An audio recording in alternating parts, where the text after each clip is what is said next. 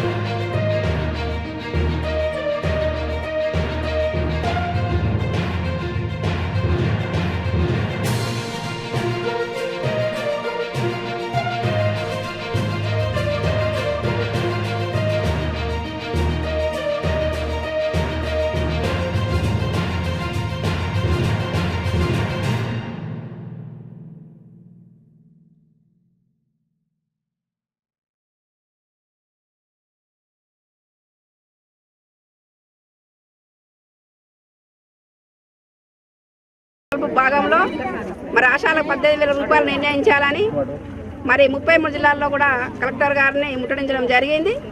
మరి ఆశాలకు బడ్జెట్ సమావేశాల్లో 18,000 నిర్ణయిస్తూ అట్లాగే పిఎఫ్ఈ సౌకర్యం కల్పించాలని, చనిపోయినటువంటి ఆశాలకు జీవిత బీమా సౌకర్యం కల్పించాలని చెప్పేసి ఈరోజు సిఐటియు జిల్లా అధ్యక్షులుగా డిమాండ్ చేస్తూ ఉన్నాను. మరి గతంలో ప్రభుత్వాలు ఎన్నో హామీలు ఇవ్వడం జరిగింది.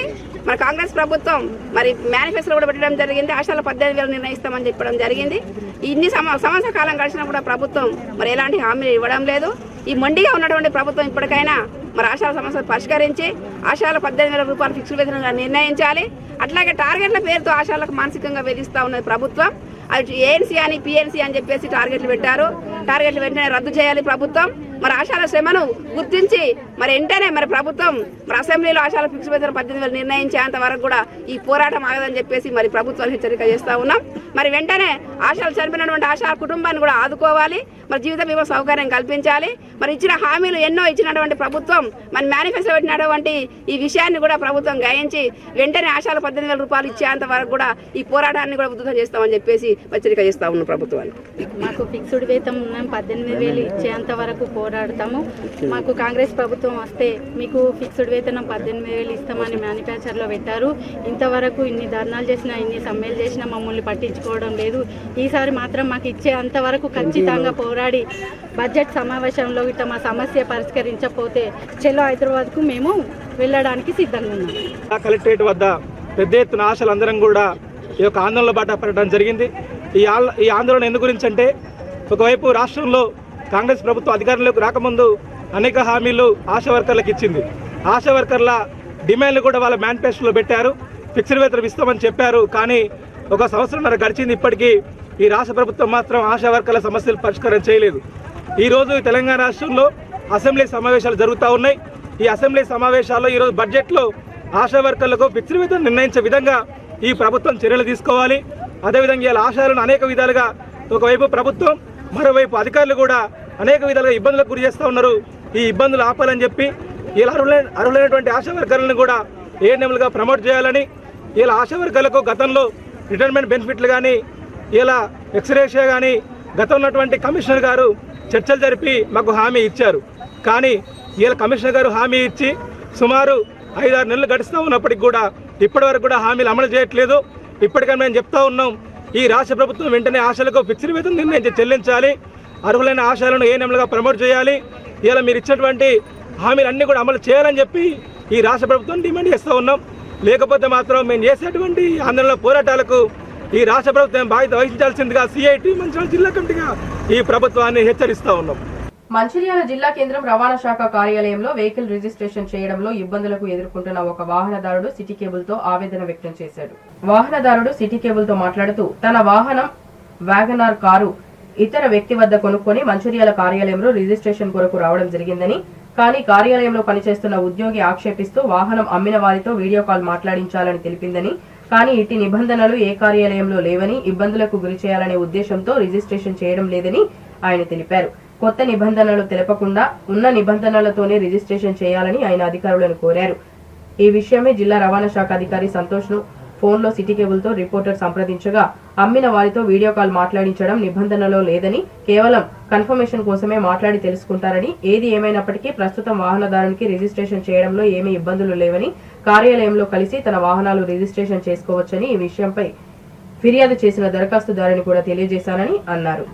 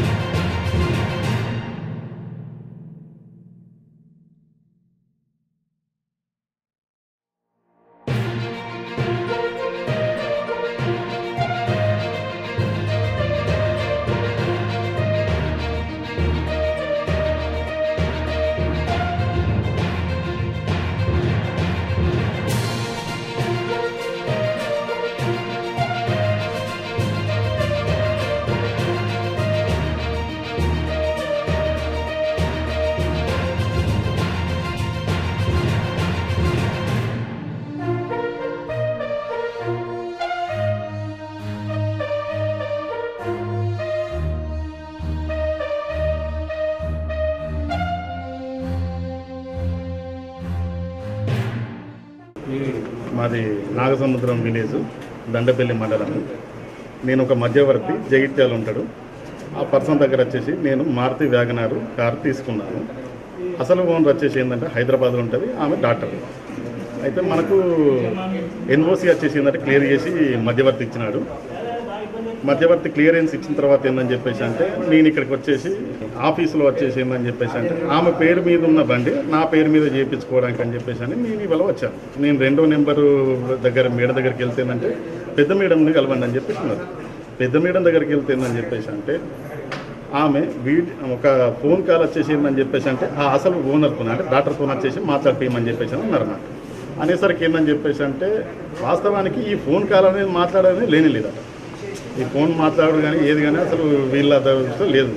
వాళ్ళ లోపల చూసుకోవాలి. కానీ కాకపోతే ఏంటంటే మనకు వీడియో కాల్ కానీ ఫోన్ కాల్ కానీ మాట్లాడిపోయి అని చెప్పేసి సరికి ఏంటంటే మనకి ఇబ్బంది అయిపోయింది.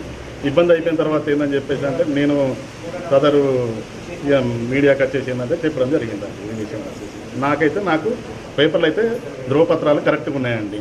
నన్ను ఇబ్బంది పెట్టడం కరెక్ట్ కాదని చెప్పేసి నా ఉద్దేశం. ఇప్పుడు ఆమెతో మాట్లాడిపోయడం అని చెప్పేసి అంటే ఆమె వచ్చి ఫోటో దిగుతానే కదా, ఆన్లైన్లో రిజిస్ట్రేషన్ అయితేనే కదా ఇక్కడికి ఎన్వోస్ వస్తుంది. ఇప్పుడు నేను ఎందుకు మాట్లాడాలి, ఏం అవసరం ఉందని చెప్పేసి అని వాళ్ళు మాట్లాడడం జరుగుతున్నారు. అంటే మనకు ఈ మధ్యవర్తి ఎవరని చెప్పేసి అంటే అసలు ఆ మేడం ఇక్కడ లేదు, బయటికి వెళ్ళిందని చెప్పేసి అని చెప్తున్నాను. ఆ మేడం లేదు, నాకు ఈ పత్రాలు మన పేరు మీద కావాలి. ప్రాబ్లం ఇదండి. ఫోటో దిగి అక్కడ ఎక్కడైనా సీసీ ఇచ్చినప్పుడు ఫోటో దిగి ఇవ్వాలి కదా, ఫోటో దిగి ఇవ్వాలి. కానీ ఈమె ఓన్లీ కార్డు మీదనే వచ్చింది కాబట్టి మాకు ఇట్లా క్లారిఫికేషన్ లేదు కాబట్టి నేను తనను ఒకసారి కాల్ చేయండి అని చెప్పేసి అడిగినా, అంతే.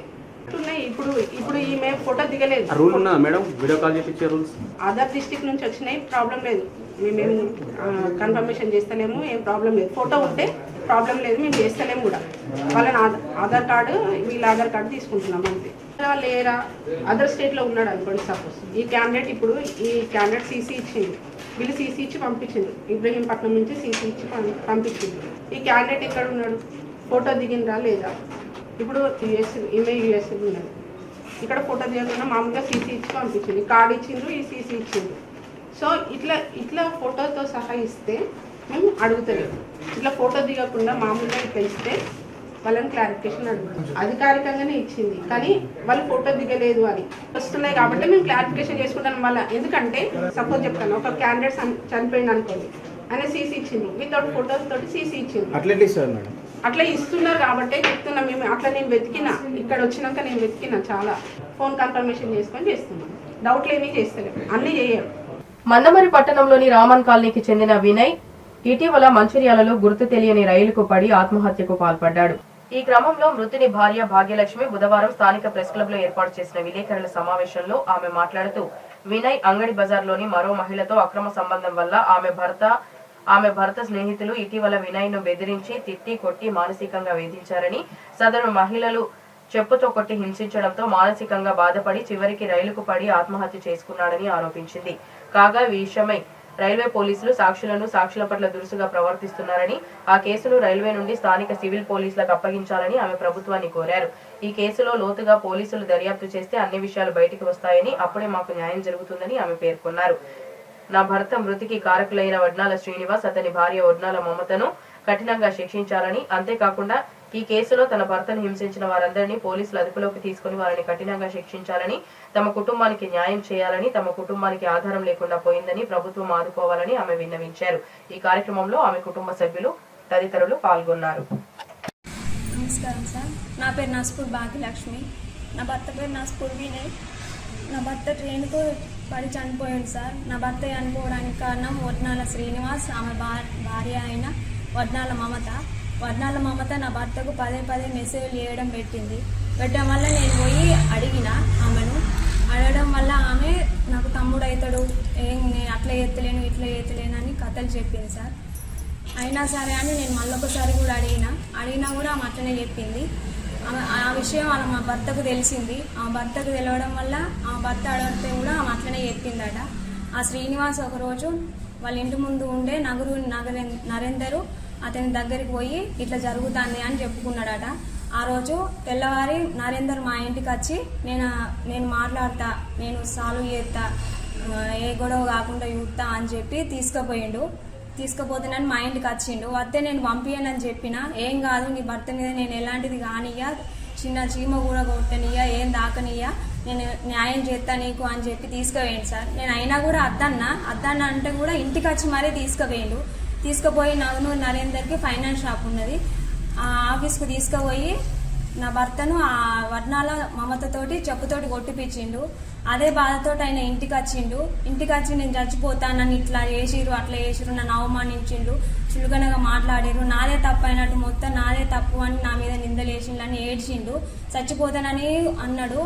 అంటే కూడా నేను అద్దని మళ్ళీ నవనూరు నరేందర్కి ఫోన్ చేసిన.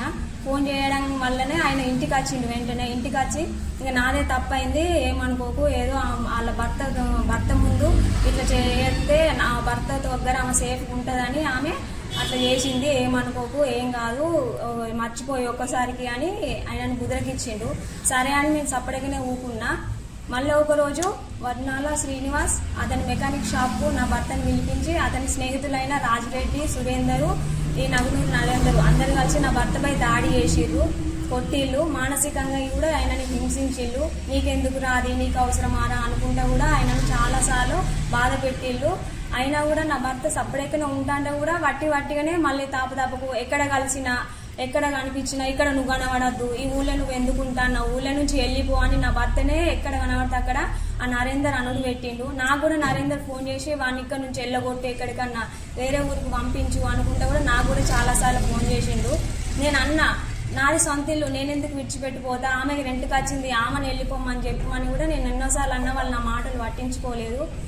నా భర్తను పదే ఇట్లా మానసికంగా చిత్రహింసలు చేసుకుంటుంటే నా భర్త అదే మైండ్లా ఎప్పుడూ ఆలోచించుకుంటుండేటోడు, సరిగా నిద్రపోయేటోడు కాదు, టెన్షన్గా భయపడుకుంటూ ఉండేటోడు.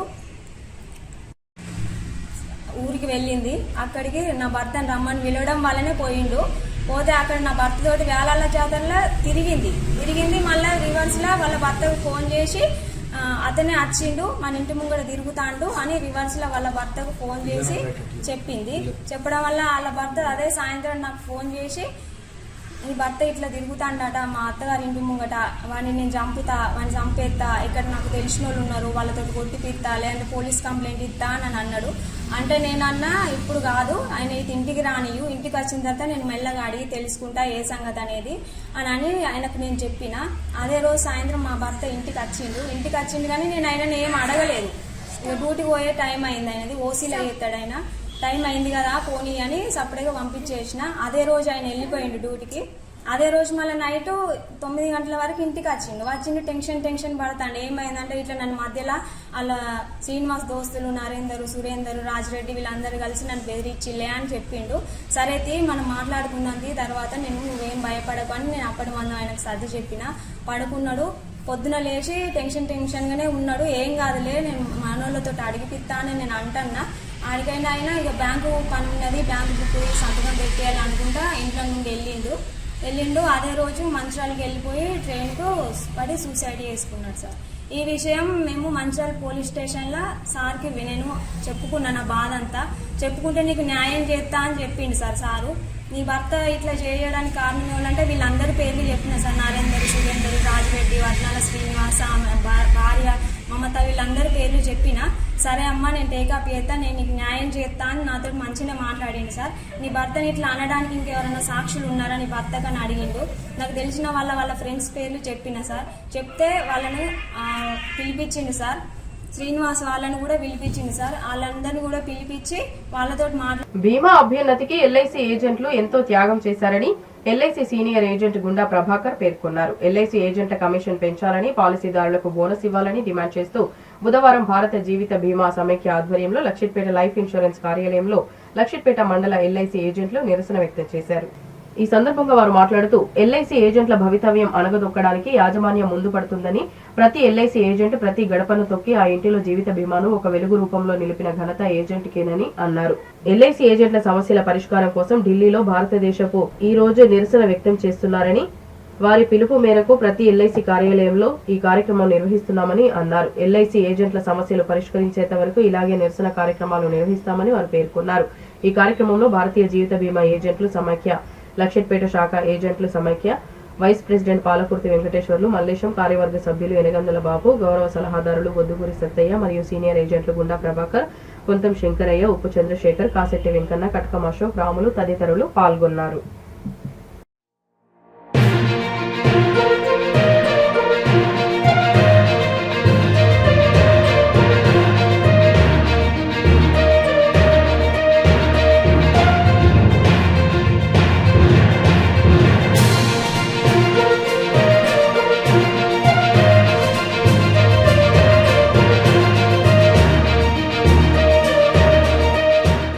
భారతీయ జీవిత బీమా సమాఖ్య బిఆర్పి 1964 లక్షపేట ఎస్ఓ నుండి మేము ఈరోజు చలో ఢిల్లీ కార్యక్రమం ఢిల్లీలో జరిగే రామ్లీలా మైదానంలో పార్లమెంటు దగ్గర జరిగే నిరసన కార్యక్రమంలో భాగంగా మేము ఈరోజు ఇక్కడ లక్షపేట ఆఫీసులో నిరసన తెలియజేస్తున్నాం.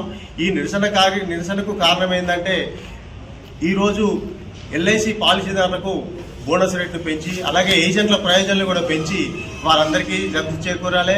ఎందుకంటే ఎల్ఐసి పుట్టి ఎప్పుడో జాతీయమైనప్పటి నుంచి కమిషన్లు ఇప్పటి వరకు అట్లాగే ఉన్నాయి. మొన్న ఈ మధ్యనే ఆ కమిషన్ రేట్లు కూడా తగ్గించి ఏజెంట్ల పుట్టను కొడుతున్నారు. అలాగే పాలసీదారులకు కూడా వాళ్ళకు లాభం చేకూర్చాలని మనం చేస్తున్నాం. ఎందుకంటే భారతదేశ ఆర్థిక వ్యవస్థకు ఎల్ఐసి అనేది ఒకటి ఎల్ఐసి ఎంతో అండగా ఉంటుంది. ఏ కార్యక్రమం గవర్నమెంట్కి ఏ రకంగా హెల్ప్ కావాలన్నా ఎల్ఐసి నుంచి డబ్బులు ఇస్తున్నాము. అలాగే భారతదేశ 1956లో జాతీయమైనప్పుడు అప్పుడు సావరిన్ గ్యారెంటీ అనేది భారతదేశ గవర్నమెంట్ ఆఫ్ ఇండియాకు ఎల్ఐసి ఒక హామీ ఇచ్చింది. ఎల్ఐసిలో వచ్చిన ప్రాఫిట్లో నుంచి 5% గవర్నమెంట్ ఆఫ్ ఇండియాకు ప్రతి సంవత్సరం ఇస్తుంది. అది దేనికిందంటే ఏ ఇన్సూరెన్స్ కంపెనీకి లేనిది ఎల్ఐసికి ఏంటంటే ఎల్ఐసికి గవర్నమెంట్ ఆఫ్ ఇండియా గ్యారెంటీ ఉంది. రేపు పొద్దున ఎల్ఐసి డబ్బులు ఇవ్వలేని పరిస్థితి వచ్చినా గవర్నమెంట్ ఆఫ్ ఇండియా దానికి గ్యారెంటీ ఉంది. అలాగే ఇప్పుడు ఈ చిన్న పాలసీలను తీసేసి మామూలు వ్యక్తులకు బీమా చేసుకోరాకుండా ఉన్నది. కనీస బీమా మొత్తాన్ని ₹1,00,000 ఉంచాలని మనం చేస్తున్నాం. అలాగే పాలసీదారులకు ప్రయోజనం కలిగించే బోనస్ కూడా పెంచాలి. కమిషన్ నిర్మాణం పాత కమిషన్నే మాకు పునరుద్ధరణ చేయాలి. ఎందుకంటే కమిషన్ తగ్గించారు కానీ ఇప్పట్లో ఏజెంట్లు ఒకప్పటి కమిషన్ ఇప్పటికీ అట్లాగే ఉంది. దినదినం రోజు ఖర్చులు పెరుగుతున్నాయి. ఏజెంట్ల తిరగడానికి కూడా చాలా ఖర్చు అవుతున్నది. అలాగే ఈ కమిషన్ కూడా పాత విధానం తెలియాలి. అలాగే ఇన్సూరెన్స్ పాలసీలపై జిఎస్టీని తీసేయాలి. ఎందుకంటే జిఎస్టీ వల్ల చాలా ఇబ్బంది పడుతున్నారు. అలాగే క్లాబాక్ కమిషన్ అనేది కొత్తగా తెచ్చారు. అదేంటంటే మొదటి సంవత్సరం పాలసీ చేసిన తర్వాత రెండో సంవత్సరం కస్టమర్ గిట్ట కట్టలేని పరిస్థితి వస్తే ఏజెంట్ల నుంచి కమిషన్ రికవర్ చేసే విధానాన్ని అమలు పరిచిన అప్పట్లో కానీ అది ఇప్పటి వరకు పెండింగ్లో ఉన్నది. దాన్ని కూడా కంప్లీట్గా రద్దు చేయాల్సిన అవసరం ఉంది. ఇవే కాకుండా మా క్లీ ఏజెంట్ సోదరులు వాళ్ళ సమస్యలు కూడా ఖచ్చితంగా చేసి మా యొక్క ఈ వినతి యాజమాన్యం మా యొక్క డిమాండ్లను వృద్ధిలో పరిగణలోకి తీసుకొని మా యొక్క సమస్యలను పరిష్కరించాలని ఈ లక్ష్మీపేట ఎస్ఓ తరఫున మా ఎల్ఐసి లియాఫీ తరఫున మేము డిమాండ్ చేయడం జరుగుతుంది. బీమా అంటే ధీమా ఇచ్చేది ప్రజలకు. ఇంతకాలము జీవిత బీమా అంటే ఒక ఆదరణ అనేది ఉండేది. ఈ ఆదరణతోటి మేము ప్రతి ఇంటి లోపల ప్రతి ఇంటింటికి వెళ్ళి ఒక జీవిత బీమా యొక్క దీపాన్ని ఆ ఇంట్లో వెలిగించుకొచ్చాడు. అటువంటి ఆ దీపము అలాగే వెలుగుతూ కలకలలాడుతూ జీవిత బీమా వ్యాపారం కూడా అభివృద్ధి చెంది దేశ ఆర్థిక పరిస్థితి కూడా పరిపుష్టంగా ఉండి దేశం బాగుండాలి. ఇలా ప్రపంచంలోనే అతిపెద్ద insurance LIC life insurance of India. ఇటువంటి లైఫ్ ఇన్సూరెన్స్ ఇండియాకు పునాది అయినటువంటి ఏజెంట్ల భవితవ్యాన్ని అనగదొరుకుతూ మా ఏజెంట్లు ఎవరు పాలసీ చేయరాకుండా ఉండడానికి కొరకు ఇంతకుముందు ₹1,00,000 పాలసీ ఉండేది. ఇవాళ 2 లక్షలు మినిమం పెట్టారు. పెట్టడం చేత ఏజెంట్లు పాలసీ చేయలేని పరిస్థితి వచ్చింది. ఏజెంట్ల బోనసులు పెంచడం లేదు. లాభాల్లో వ్యవస్థలున్న బోనస్ పాలసీ హోల్డర్లకు ఇచ్చే బోనసులు పెంచడం లేదు. ఇలా కార్పొరేషన్ యొక్క యాజమాన్యం అంతా అనగదొక్కే వ్యవహారాల మీద ఇవాళ నిరసన కార్యక్రమం మేము చేస్తున్నాము. ఇవాళ రామ్లీలా మైదానంలో ఢిల్లీ లోపల మా ఏజెన్సీ వ్యవస్థ మొత్తం అక్కడ నిలబడి అక్కడ మా లియాఫీ తరఫున పోరాడుతున్నారు. దానికి సంఘీభావంగా ఇవాళ మేమంతా లక్షపేటలో మేము సంఘీభావంతో ఇవాళ ఇక్కడ సమ్మెలో కూర్చున్నాం. బులెటిన్ ముగించే ముందు మరోసారి ముఖ్యాంశాలు. ఆశా వర్కర్ల సమస్యలను పరిష్కరించాలని డిమాండ్ చేస్తూ జిల్లా కలెక్టర్ కార్యాలయం ఎదుట సిఐటియు ధర్నా. ఆశా వర్కర్లకు 18,000 కనీస వేతనం ఇవ్వాలని, రిటైర్మెంట్ బెనిఫిట్స్ కల్పించాలన్న జిల్లా సిఐటియు నాయకులు. రైలు పట్టాలపై పడి ఆత్మహత్య చేసుకున్న వినయ్ మృతికి కారకులైన వారిని కఠినంగా శిక్షించాలి. మందమరి ప్రెస్ క్లబ్ లో ఏర్పాటు చేసిన విలేకరుల సమావేశంలో వినయ్ భార్య భాగ్యలక్ష్మి. సిటీ న్యూస్ ఇంతటితో సమాప్తం. తిరిగి ప్రసారమయ్యే సిటీ న్యూస్ లో మళ్ళీ కలుద్దాం. అంతవరకు సెలవు. నమస్కారం.